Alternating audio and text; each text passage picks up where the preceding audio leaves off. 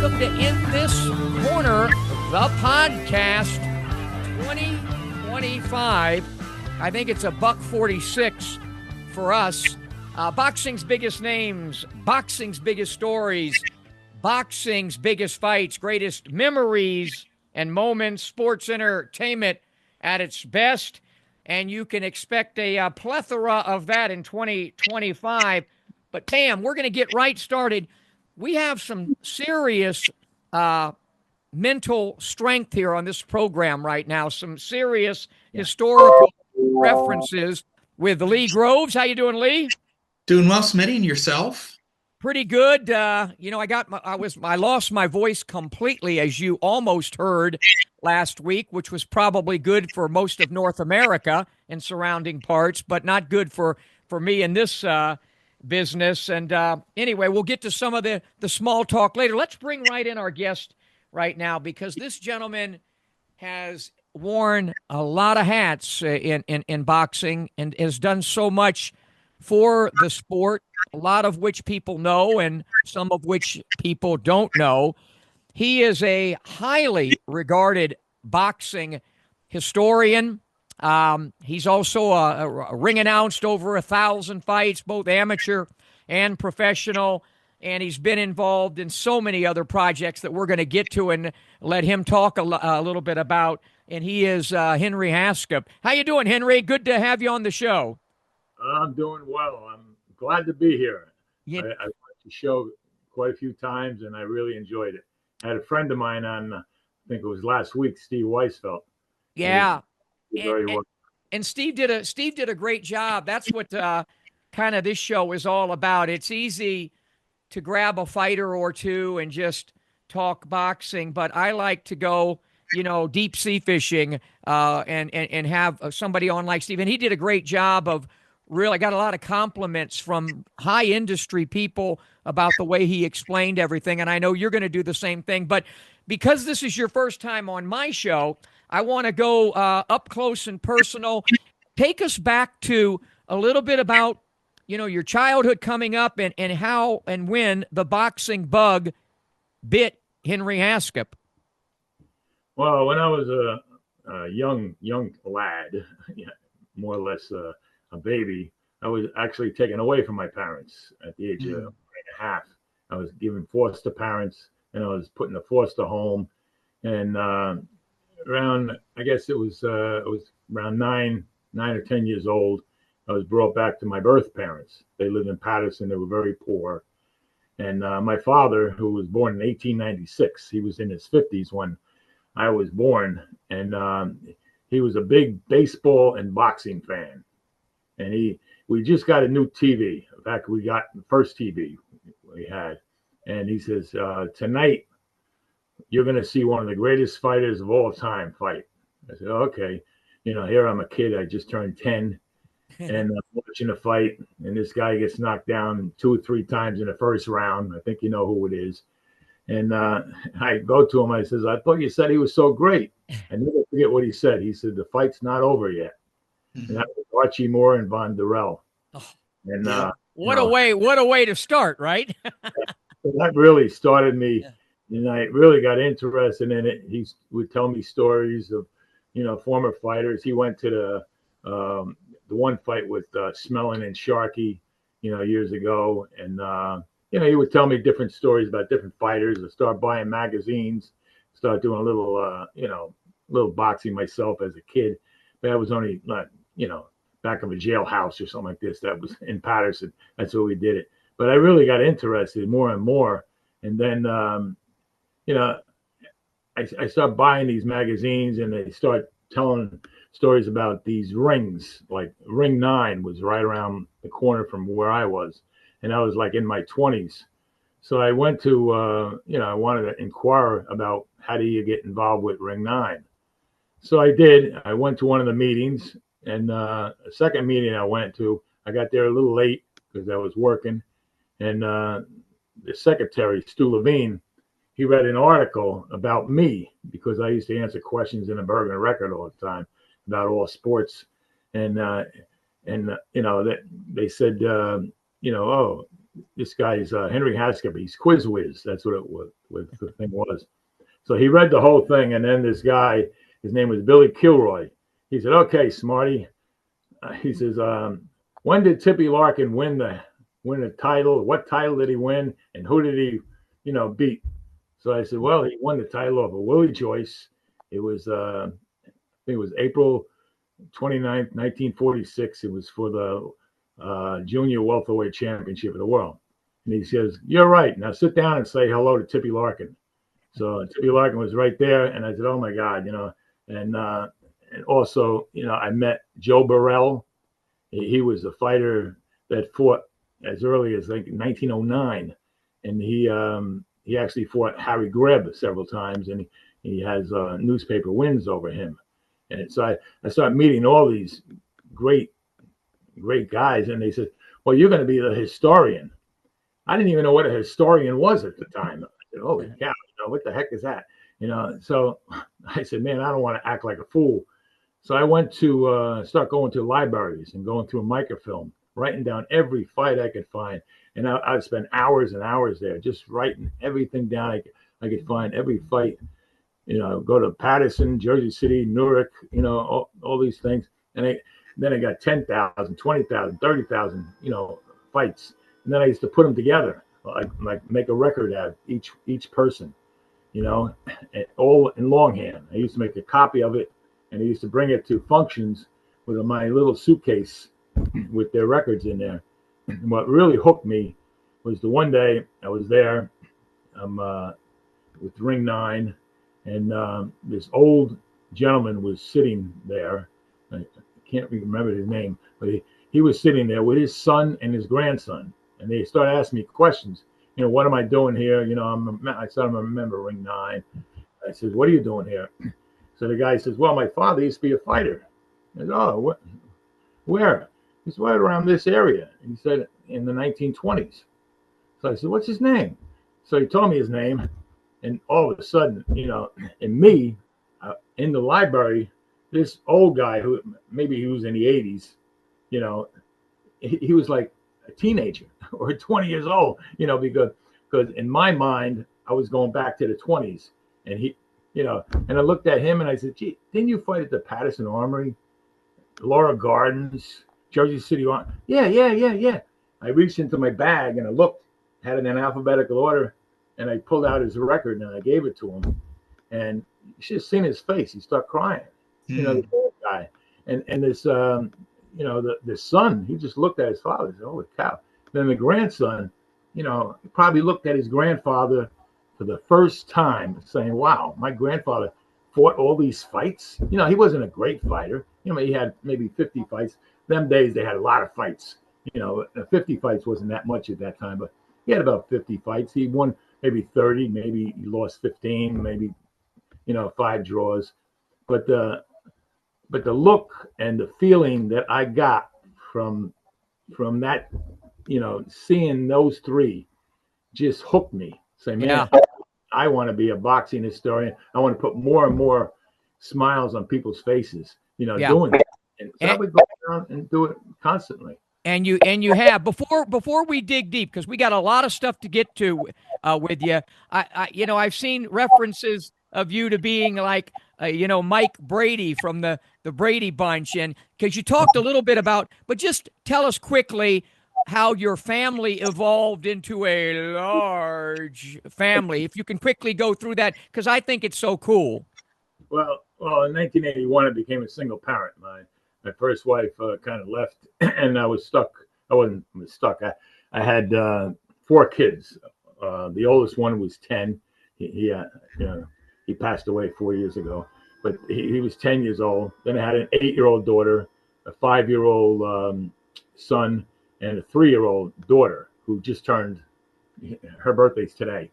And for 8 years, I'd be a single parent. I do everything with him. I do the scouts with him. I do the baseball, the football. I was a Brownie leader one year. Wow. And Cub Scout leader. I mean, everywhere they went, I went. I did everything with them. And, I mean, it just went on and on and on. And then, sooner or later, I said, geez, my kids really need somebody, besides me. And there was a lady that lived around the corner. In fact, I'll tell you a short story. I used to try to keep, money. I didn't have that much money, so I used to do my kids' hair. They sit in front of me and I cut all the hair. Then I used to run out and play. Several years later, I found out why. But why they went out and played. Because at night, I would look at them and I'm saying, wow, they got, this is nothing, man. They're great haircuts, But I started going out with this lady who was a friend of my sons and my daughter's, kids. And, all of a sudden I started going out with her and I used to tell her about the hairdressing, the hair cutting. So she says, don't you really know what happened? I said, what do you mean what happened? He said, I'm a hairdresser, don't you? I go, uh-oh. She said, yeah. She said, they used to run over to my house and play. And I say, your father's at it again, huh? Get over here. And she used to. So, then we put them together. They'd get instead of a second opinion, they'd get a second haircut. There you go. Yeah. So then we start going out. Your hair looks pretty damn good. Your hair looks. Who does your hair? Does she do your hair? But we start going out and everything like this. And one day down the shore, she says, I said, trying to make plans for the future. And he says, you never asked me to marry you or anything like this, so I don't know what you're doing. He said, but if you ever do, I want a few witnesses. I said, okay. So I was the president of the Diamond Gloves at the time. We had a big dinner coming up. There was about 250 people there. So as I was doing the MC stuff, and I said, I want to tell you a story about a lady. I said, I want to bring her up here right now. And I said, she told me if I ever did this, she'd want a few witnesses. I said, well, there's 250 people here right now, and I want to ask you to be my wife. And she got lockjaw. She couldn't say And finally she said yes, and we got married, and we had 8 kids together, and then we actually took in 2 kids. Wow. 10 kids, and it was it was kind of struggle. There was one time we got this phone bill, and I'm saying, holy cow, it's over $1,000. I remember those. Yeah, I says, holy cow. So I looked, and I'm saying, so this one number was on there. So I called it up. It was sex phone. I says, oh no, so I got all the 10 kids lined up. All of them were looking up in the ceiling. No, it wasn't me. And them days, he used to give you a phone bill, and he used to have the time next to it. So I figured it out. It was one of the, the kids that we brought it in, and that was it. But the best thing I ever did was to marry my wife, Joyce. I mean, she's so supportive. I mean, we were married in March. It'd be 36 years. That's awesome. And she, when she first started going out with me, and when I asked her to marry her, she says, I want to get involved with stuff you do with the church and with the boxing. You got anything coming up? I said, yeah. I said, we run a picnic every year, and we run a Christmas party for about 100 orphans. And then about 50 adults come. There's about 150 people. He says, when is it?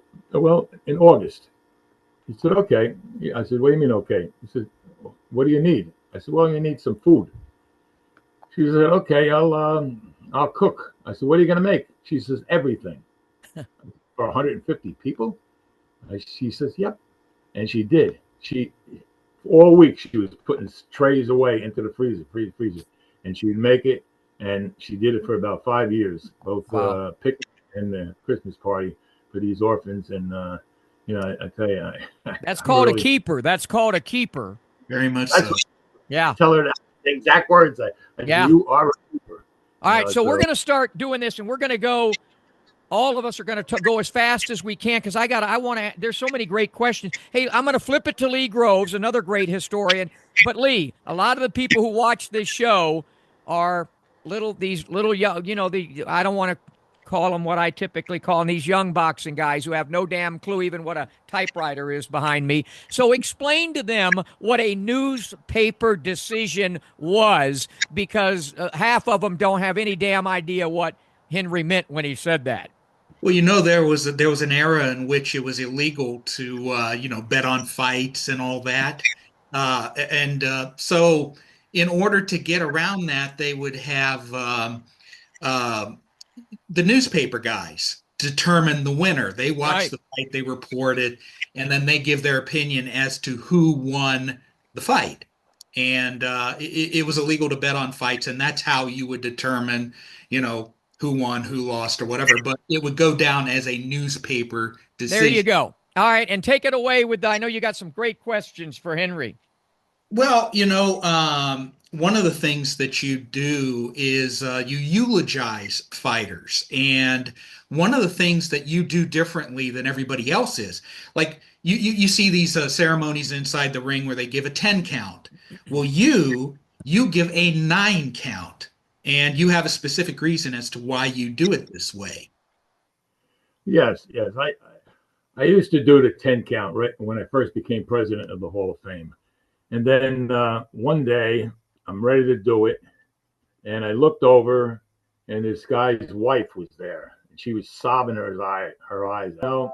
I just can't ring the bell 10 times because I feel your husband, a part of him is going to live on. He's going to live on in your heart, in your kid's heart, in ours. And I says, I'm going to ring at 9.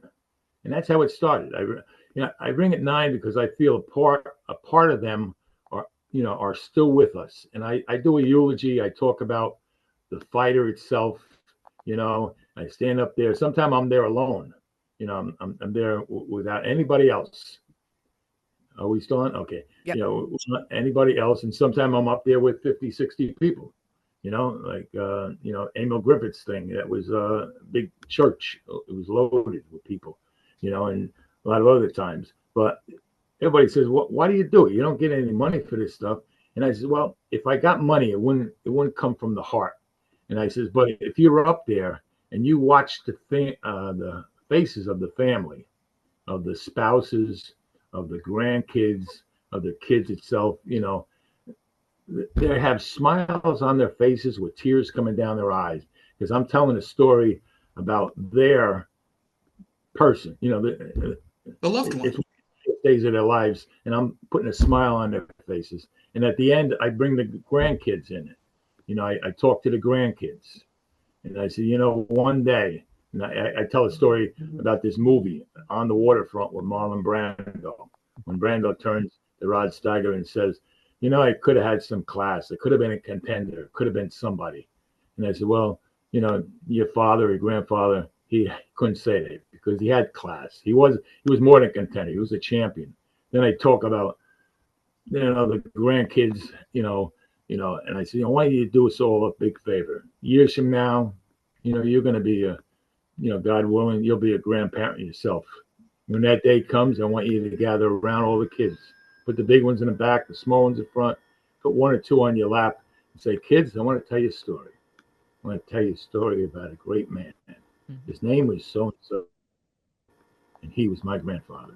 And unlike the character that Marlon Brando played, my grandfather, or I say your grandfather, was somebody.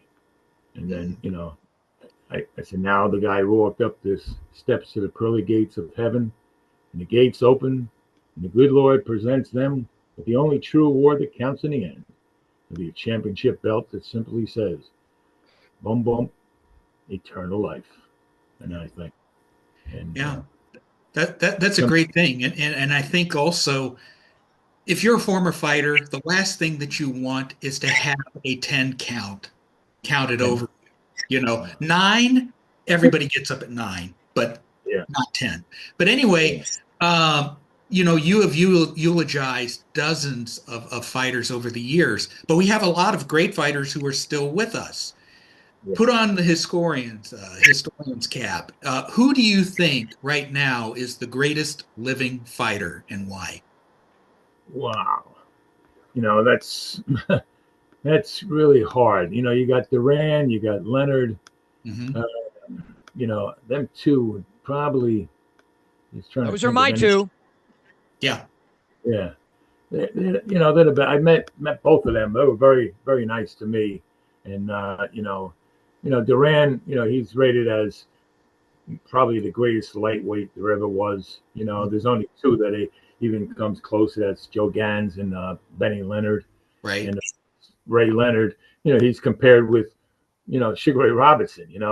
Maybe he's not quite there, but he's close. I mean, they're my two all-time Same as greats. mine. Yeah. Same here. You can make a really good argument for both of them. Well, like myself, you're one of the people who vote for the International Boxing Hall of Fame, and I believe that you vote in all available categories. To you, what makes a Hall of Famer, a genuine Hall of Famer? What standards do you use in order to determine? Great question. To separate the wheat from the chaff. Well, I tell you, when I first started voting, you had some big names. It was it was very hard to pick out like the best of the best. What I do, I have a system of saying, okay, Muhammad Ali. Well, let's not even say Muhammad Ali. Let's say Carl Froch. He was voted in a couple of years ago. Right. I would go say, how many fights did he have? How many fights did he fight against rated contenders? I separated it from three different ways. It's against fighters that were rated at one time or another. And Froch fought, let's say, 15 fights against people like that. And then his record at that time was 13-2, which is very good. And then the next thing I do is, what's his record against the people that were rated in the top 10 when he fought them, which is different, And he fought 9 fights against them, and his record was 7-2. Then I go, the superstars to me is the top 3. If you're going to fight the top 3, that's like the all-star team. And his record, he only fought 3 fights in the top 3. It was 2-1. Mm-hmm. Now, just to give you an instance that, Froch was in the beginning, I said 13-2. Manny Pacquiao Froch had 15 fights. Manny Pacquiao had 37. Wow. That's the big difference. And his record was 28-7-2 amongst them. And the next one was 7-2 for Froch. Manny Pacquiao was 23-5-2. 23. I mean, what I'm trying to say is the Hall of Fame level the last couple of years has gone really down. And it's hard to, I know some voters only vote for one person. Right. Like this, Manny Pacquiao, they're going to vote for them and they're not going to vote for anybody else, And, the last couple of years, people got in, and I don't think they got, I hate to say it, I don't think they got a third of the vote, because there's, I think there's like 150 people that vote for the modern class. I think it should, I think they should go back to voting for 10, and then they should have a percentage, no matter if you have 1 in or you have 5 in. Like several years ago, they had what they used to say, Miguel Cotto. He was a first ballot Hall of Famer. That's what Max Kellerman said, all this kind of stuff. And I'm saying, geez, you can't say that because who's he going against? Right. And when his name did come up the first year, I voted for him because he was one of the top 5, but you're only allowed to put in 3 at the time. And he was against, I think it was Andre Ward, one of the Klitschko's, I think Mayweather, and he wasn't going to beat them. He got in the next year, him and Tony, which really all 5 of them should have got in, But like I said, I break it down on how many contenders they fought, how many contenders they beat, and like I said, the top three. Like some of these guys, like 2 years ago, they put a guy on the ballot, and I don't like to say anything bad about anybody, but thing was, he only fought 2 top 10 contenders when they were in the top 10 in his whole career, and the only one he beat was rated number 9. I mean, how can you put him on the ballot when people say about Marlon Starling or Junior Jones or Iran Barkley? Them guys had way better resumes than this guy, but they put this guy on, and I'm saying, why? Why did they do that? Even this year, they put a guy, I think Jimmy was talking about yesterday, I'm not going to say who it was, but the highest rating he was number 3. There's never been a guy that was voted into the International Boxing Hall of Fame that was number 3 contender. It's only a couple that was number 2. One of them was Alonzo Papp, the Olympic champion, 3 times. I mean, but it's, I think Eddie Booker might have been the other one, but I mean, I don't know who puts them on, and I mean, they all have their own criteria, but I try to do it that way. But that's not the end all. That just gives me an idea who fought the best of the best. Right. Then you got to use your own brain and say, okay, like if you have let's say Don Conkle, the guy that fought Marciano, he's rated number 2 in the world. When he fought Marciano, what would he be rated if he fought in the 1970s? Yeah. He probably wouldn't be top 10. Yeah. So like, well, what you're saying. What you're saying, I don't on air. I never slam somebody who's already in. I have my opinions. I'm not even a voter because of my position with the Hall. But I think here in 2025, and given that, boxing's tremendous history, we've got all the all-time greats in. Now we've got to be a little more selective. And again, I also don't have a lot of faith in the Hall of Fame. It's run like a well-oiled machine, but even well-oiled machines, you change the oil, you make adjustments, and I think that, that is something I know that they're open, and Lee knows even more about it than I do. My big concern are the writers who don't know a damn thing. I sound like Roger Mayweather. They don't know shit about boxing, and yet they're voting, and all they know are the kids that are fighting today. They might think Ryan Damn Garcia is a freaking Hall of Fame fighter. There I go. So I think what needs to be done are these kinds of conversations with experts like yourself and Lee, and they do work on that kind of stuff. I'll let you touch on that, Lee, because I know you got other questions for Henry, but it seems like the Hall is making some adjustments. Yeah, most people, like I don't want to say most, but a lot of people vote on name recognition. Yeah. Name recognition. They say this name. Oh, wow, you got to put him in. There's a guy in the old timers division. He's never going to get in because nobody even heard of him. Is Peter Kane. His resume is head and shoulders over anybody else on that ballot, but he's not going to get in. They put Valdez in. Valdez, I have nothing against that, but there's other ones. Peter Kane is. I mean, you look up his record. He fought more top 10 contenders than anybody, more top 3 contenders than anybody, and it's not even close. You could put the two best, or you could double anybody's resume, and it wouldn't even match Peter Kane. Yeah.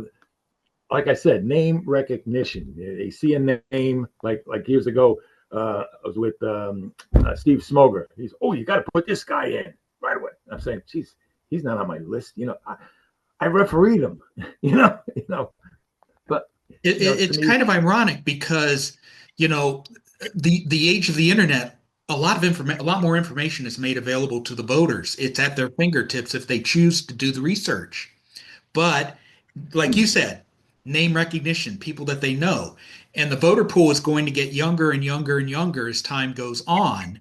And they wouldn't have the context to know who Yeah, these guys some of these Remember. kids will be putting Jake Paul in 5 years if we keep going. All right, Lee, Golly. get to your other questions, man. Yeah. So Tyson Fury made news earlier this week by announcing his retirement. Now, assuming he's going to stick to it, and we don't know that, where do you see Fury in the heavyweight pantheon? Is he an all-time great? Is he a great of today?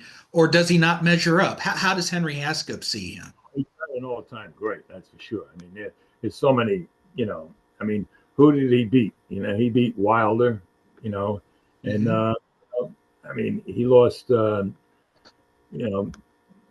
couple times to Usyk. I would say he was good in his time, but not an all-time great. He's just not. Do you think he's a Hall of Famer?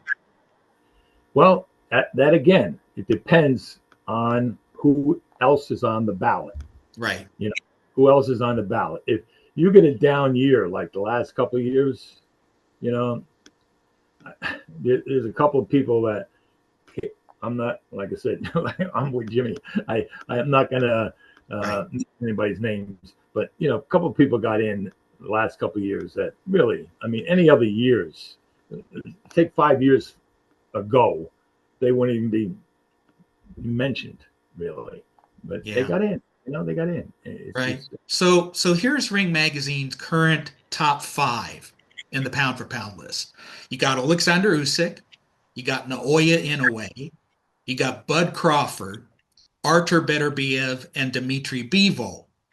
The very fact that they're on this list, it's obvious that they are the best of today. But how do you think men like this would stack up if they were thrown in with the pound for pound greats of the past? Who do you think would sink and who do you think would swim? Well, I think Usyk has he only had 20 some fights. I don't think he's in the class of Ali or Holmes or Lewis. I don't think he's in that class. Crawford impresses me because he just figures everybody out. I think he would be he would be a guy that would hold his own against some of the all kind greats. I wouldn't rate him on the top 10 yet, in his division, but he's getting up there. As far as the little guy, I mean, in a way, he's just unreal right now. I mean, he's doing things that nobody else has done in years. So he has a great chance of going all the way, becoming a great fighter. The tops. And then you have the 2 light heavyweights, Beterbiev and Bivol. And we know in the 1970s and 80s, the light heavyweight division was pretty stacked. And then you go farther back. Yeah. I mean, you got the light heavyweights, like I said, Archie Moore and Harold Johnson. Bob, my favorite, Bob Foster. Ezra Charles was a great light heavy. I mean, they were great fighters. I mean, Ezra Charles. I mean, he was more of a light heavyweight than he was a heavyweight. He never got his title shot. Yeah. He was great light heavyweight. I think the return match is coming up. Whoever wins that, if the same guy wins it, then I think he's going to step up. If the other guy wins, then they'll have a rubber match and see what happens then. But I wish they would, the best would fight the best, because it's just not happening, I guess the sanctioning organizations, they want to keep their champions, and they don't want to combine them. But I think for a boxing fan, you'd like to see the best against the best. And I'm going to make this. I've made this statement before.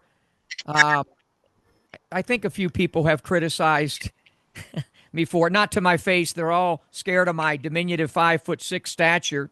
But I think, and we just had Paul Warfield on here a few weeks ago, the Hall of Fame wide receiver. In football, basketball, baseball, hockey, in all sports, the athletes are bigger, stronger, faster, better. in most cases because of nutrition and technology and what have you. But to me, boxing is the only sport I know. Only sport I know. Maybe I'll throw horse racing in there with the horses with Secretariat, but is the only sport I know, Henry and Lee, where the guys and gals, in my opinion, the guys, I'll stick with the guy, aren't as good as the era that we came up watching. There's a few like Crawford and a few that could fight in any era, but I think the fighters today are not as good. We can go into all the reason why, but I think it's the only sport where the guys aren't as good. Would you agree with that? I've told people that many times, and they ask me why. Because like you said, they're bigger, stronger, blah, blah, blah. Thing is that years ago, they fought a heck of a lot more. Repetition. And they just, there was gyms on just about every corner in Newark, New Jersey. Newark, New Jersey, I think, had 5 professional fights in 1 week. And you're involved. You've been involved. Referee, timekeeper, ring announcer for amateur boxing. Our amateur program in this country is in the toilet. Yeah. I mean, we try, but the thing is that the best people that would be, let's say, outstanding fighters are now the basketball players, right, or the football players. They're going into another sport. Years ago, even when we were, at least when I was a kid, it was horse racing, baseball, and boxing. Yeah. It was 3 major sports for years. Now boxing isn't even listed. I mean, a world championship fight. You don't even, in 1921, you had Dempsey and Carpentier on the front page of the New York Times. I mean, 6 columns down, about the fight, and a little article in the side. Oh, the war is over. The war is over. I mean, that thing. I mean, in 1927, I believe it was Gene Tunney. He made just almost $1 million. $1 million for one fight. Babe Ruth and the whole New York Yankees didn't even make $500,000 for the whole year. I mean, wow. That's how big boxing was. Now, you can't even find it. Like, you're going to find a fight result. You're not going to see any paper. They don't even have papers anymore. They put it on the internet, but you got to look for the fights. I mean, you ask the average person on the street, who's the heavyweight champion of the world? Right. They wouldn't know who it was. Years ago, when I grew up, it was Floyd Patterson, and when I was in a foster home, I felt pretty good because they said, oh, Floyd Patterson's a heavyweight champion of the world. I said, wow, my birth parents lives in Patterson. Yeah, that's, I thought it was, kind of related. It was, heavyweight champion was the most coveted prize in all of sport. We're going to take a quick break. We'll come back more with the 2 great historians, Henry Hascup, our special guest, and Lee Groves there in friendly West Virginia. We'll be back. I got 2 options. Option 1, I can accept defeat. Option 2, I can get up. I can get tougher. I can get faster. I can get stronger. And then I go get mine.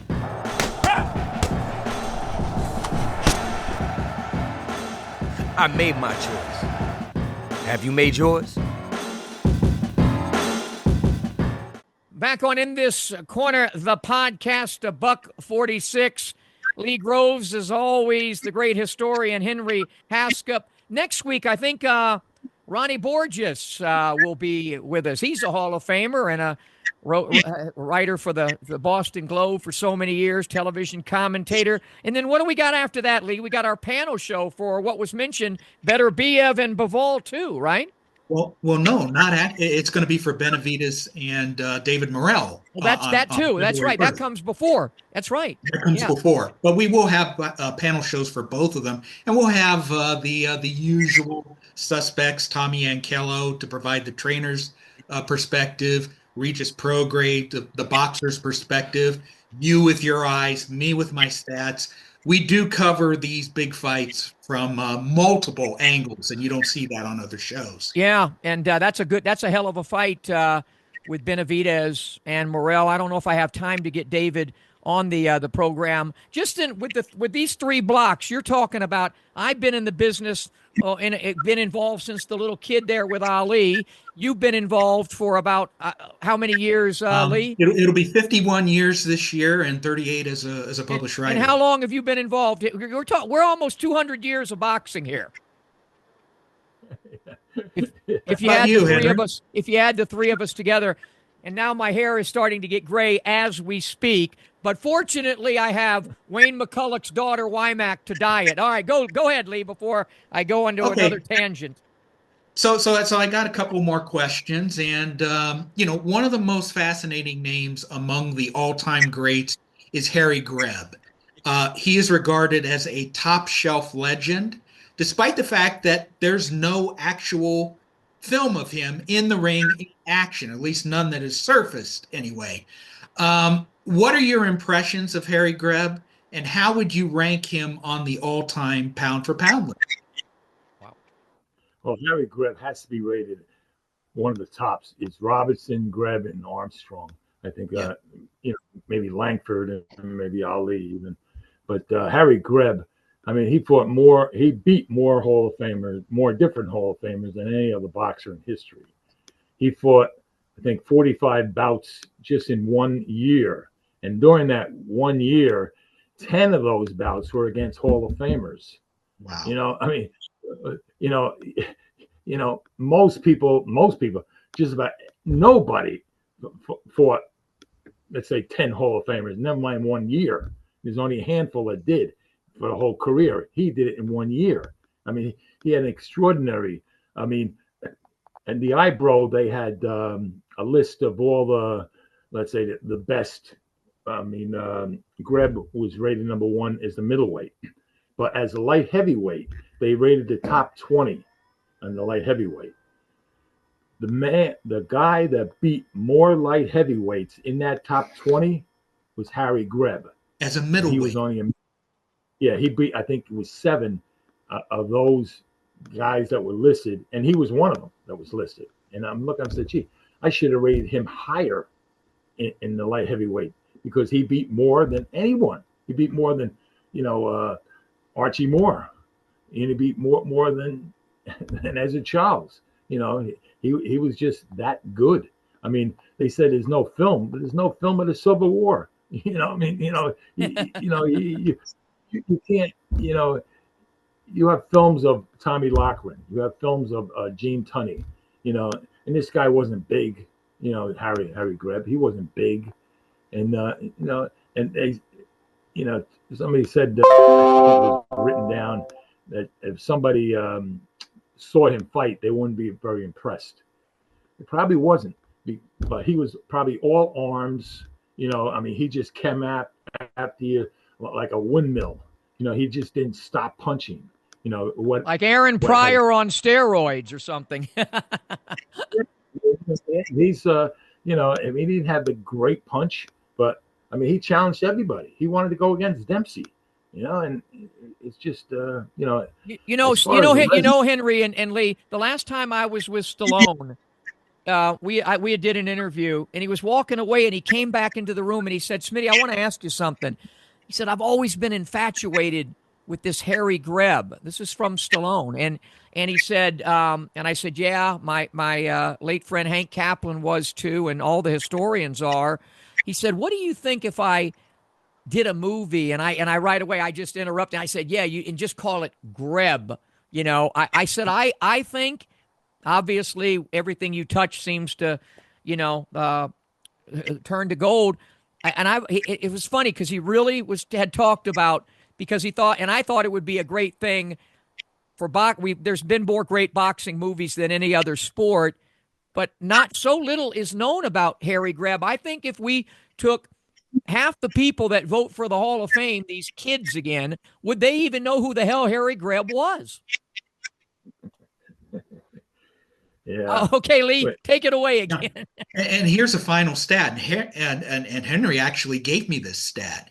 I'm doing research for a story that I'm doing for the print issue of Ring Magazine, and Henry said that Harry Greb fought 109 times against men who were considered top shelf at the time. And his record was 86, 14, and 9.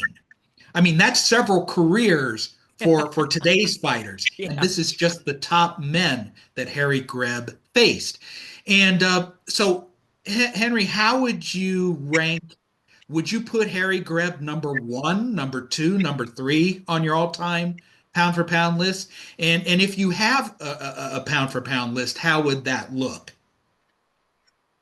Well, for the Eyebrow a couple of years ago, Eyebrow is International Boxing Research Organization, by the way.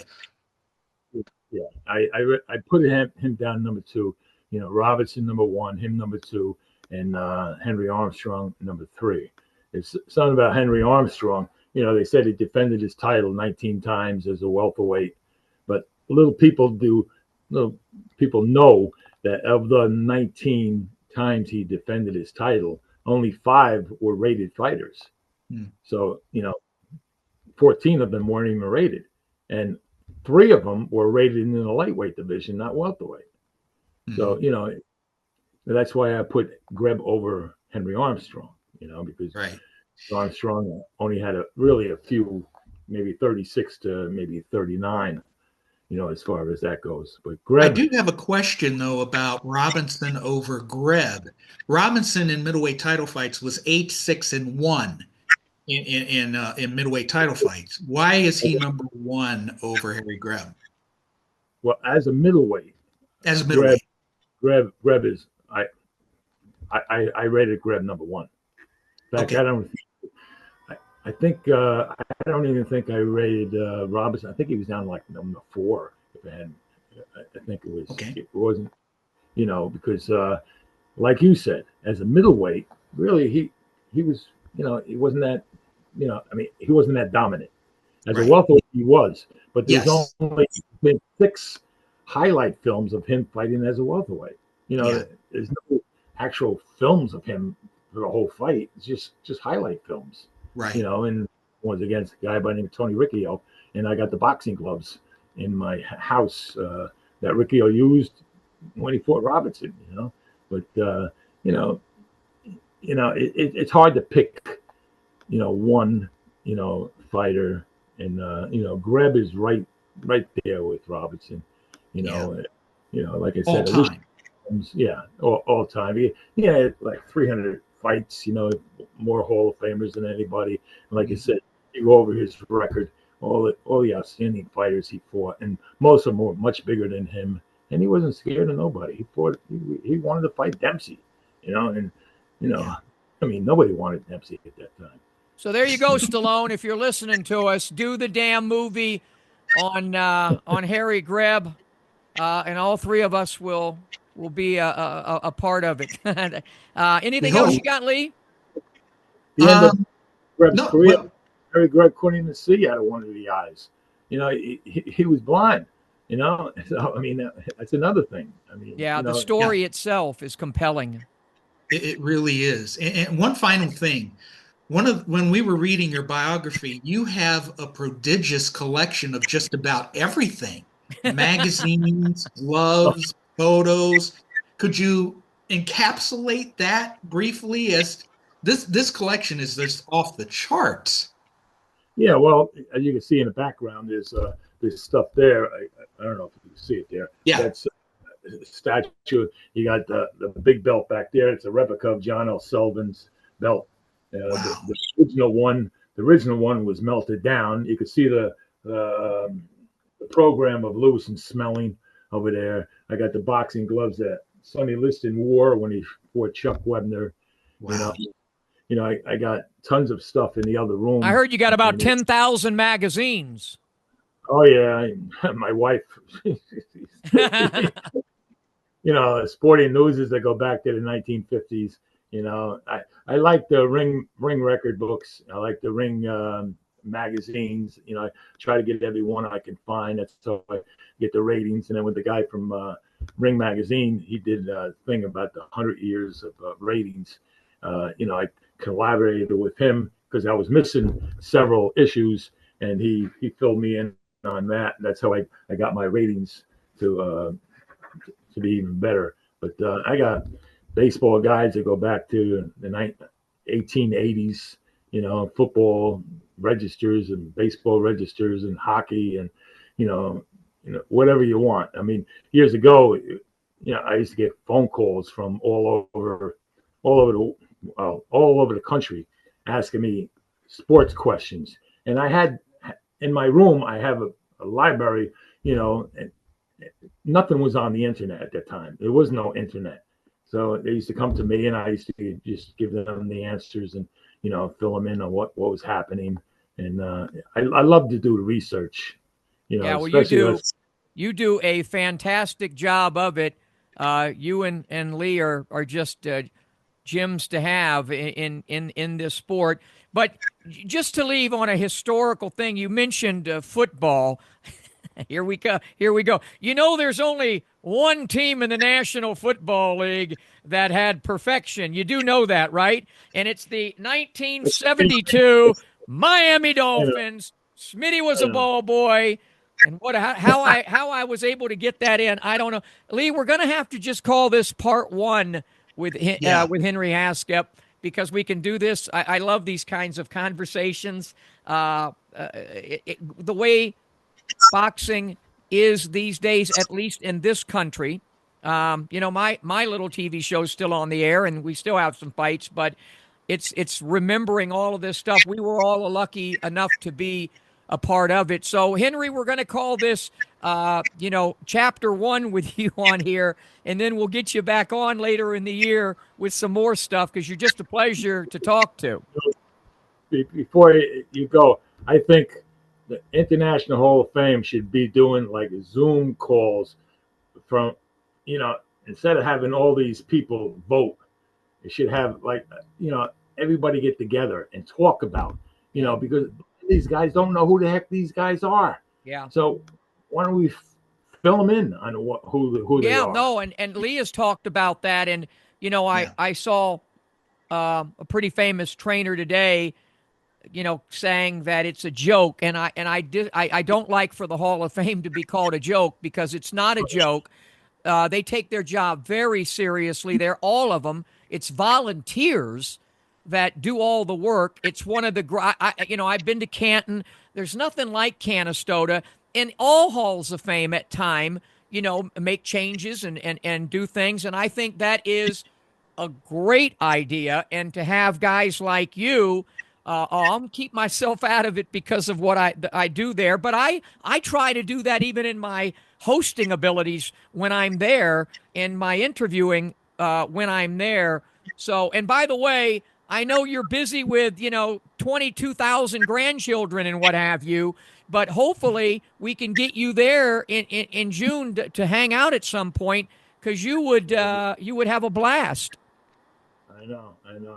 Like I said, a lot of people blast the Hall of Fame. This guy should be in. They should be ashamed of themselves. Yeah. But they don't know the system has to go. Right. It's not just, so-and-so. What about the other guys? Right. You got to put them down. Okay, who would you vote for? A lot of times I'll say, okay, here's the records. Here's the records of the people. Who would you vote for? They have no idea. Yeah. Now you make great points. All right. That's we're gonna take one last break, and again we'll get Henry back on in the very near future. Thanks, Henry. Thanks so much. Thank you so much. All right, we'll take a break. We'll come back and wrap things up right after this. I got two options. Option one, I can accept defeat. Option two, I can get up. I can get tougher. I can get faster. I can get stronger. And then I go get mine.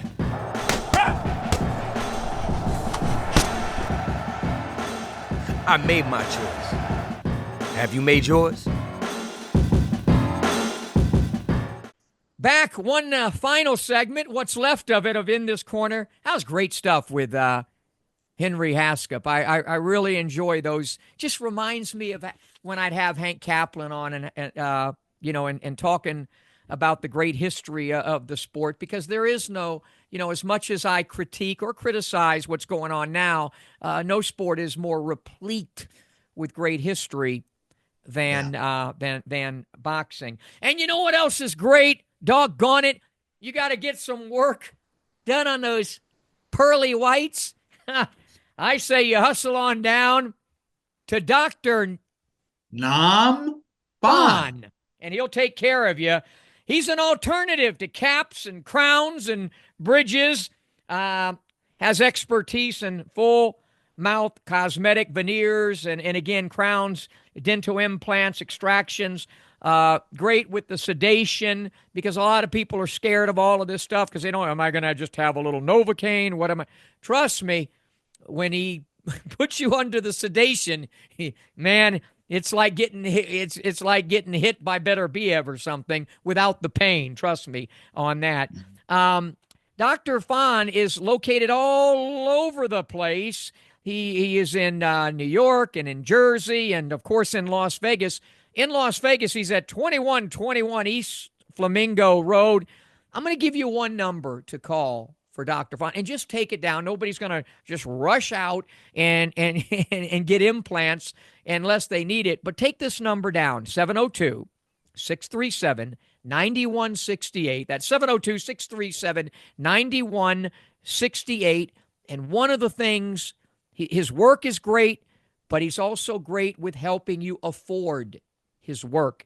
He has some really flexible financial options, and really, if he can't help you put together something nobody else can, Dr. Nam Fon, and we are going to get him on the show to talk about what custom mouth guards for fighters and stuff, something that's really important. So Dr. Nam Fon. All right. Yeah. I don't know how much time we have left, Lee, but what apparently you've come up with a new segment or something. Something like that. The best way to describe it is Smitty Says on steroids. So we also made up a new graphic that is to be to be used to introduce the segment. And here it is.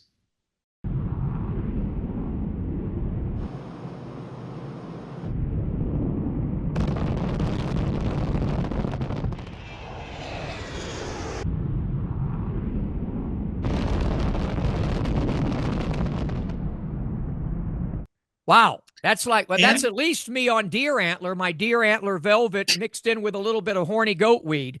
Yeah. So, all right, what do you got for me? So these are subjects that I know you have very strong opinions on.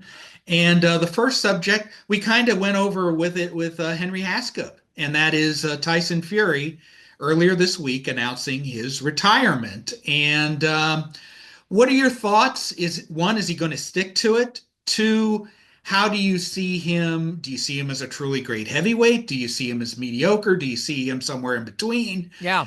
What are your feelings on the man? He's made more comebacks than the Spice Girls, I think, and it wouldn't surprise me if he makes another one. He's an anomaly.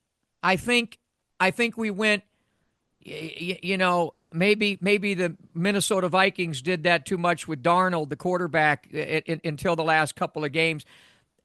Tyson Fury would make life difficult for Muhammad Ali or Larry Holmes or Lennox Lewis. I don't think he'd beat any of those guys, but he'd make it difficult because why? His prodigious size. But he's only had really, I think, 3 signature victories, and they were all against the same damn guy, Deontay Wilder, who we would find out was extremely limited, other than the great right hand. Tyson Fury made the sport interesting in the heavyweight division. And I think he'll be in the Hall of Fame someday. He's too popular and too big not to be big in more ways than one. But I think he's making the right decision to retire. He's gotten hit an awful lot lately, and he's had other issues with his head anyway. So I wish him a great retirement. Yeah.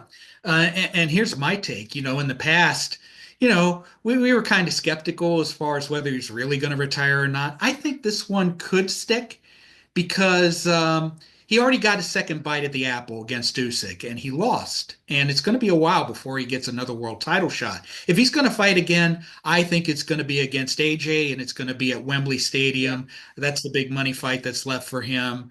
And after that, he'll probably go out into the sunset. But I agree with you. He should retire. He's had a very good career. He's only lost to one man, albeit twice, so on and so forth. But moving on to the next subject, there have been reports that Canelo Alvarez and Bud Crawford may fight in September.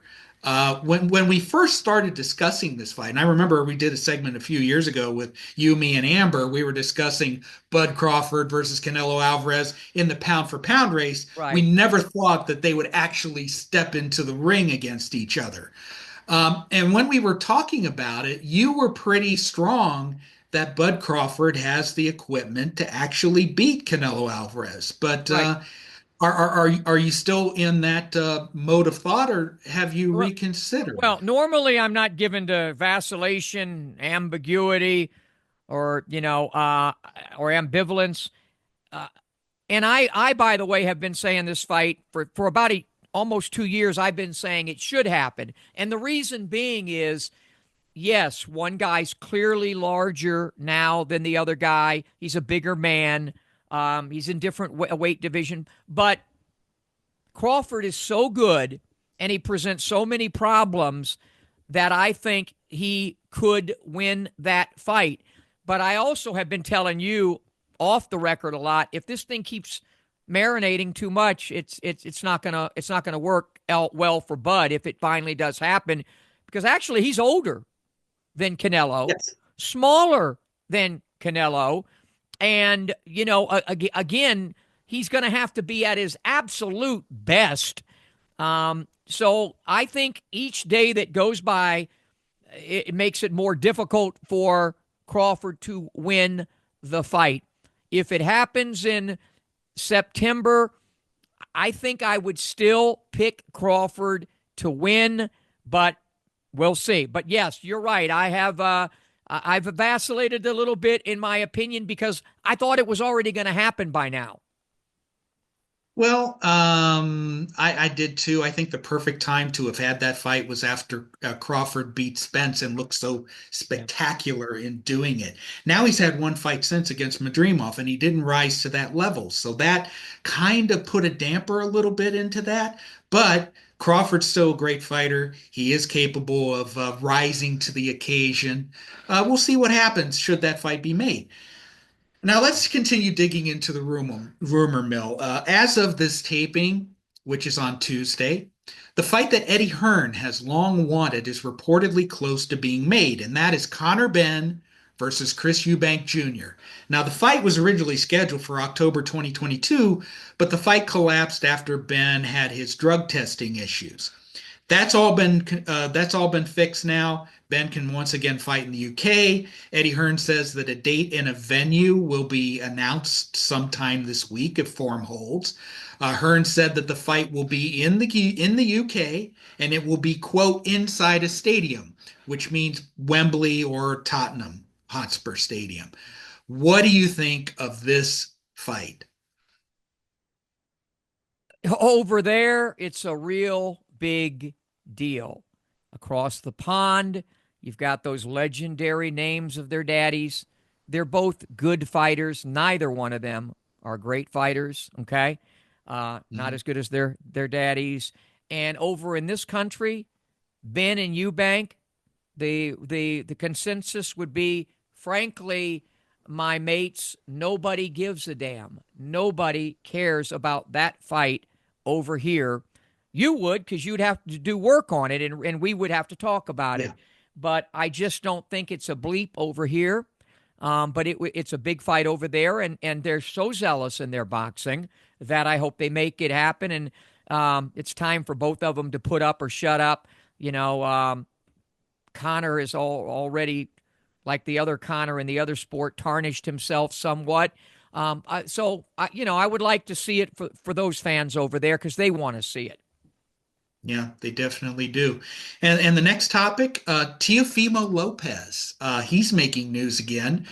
because of who he's not fighting. Last week, the current WBO 140-pound champ rejected Top Rank's final offer for a fight against former 140-pound titleist Subriel Matias.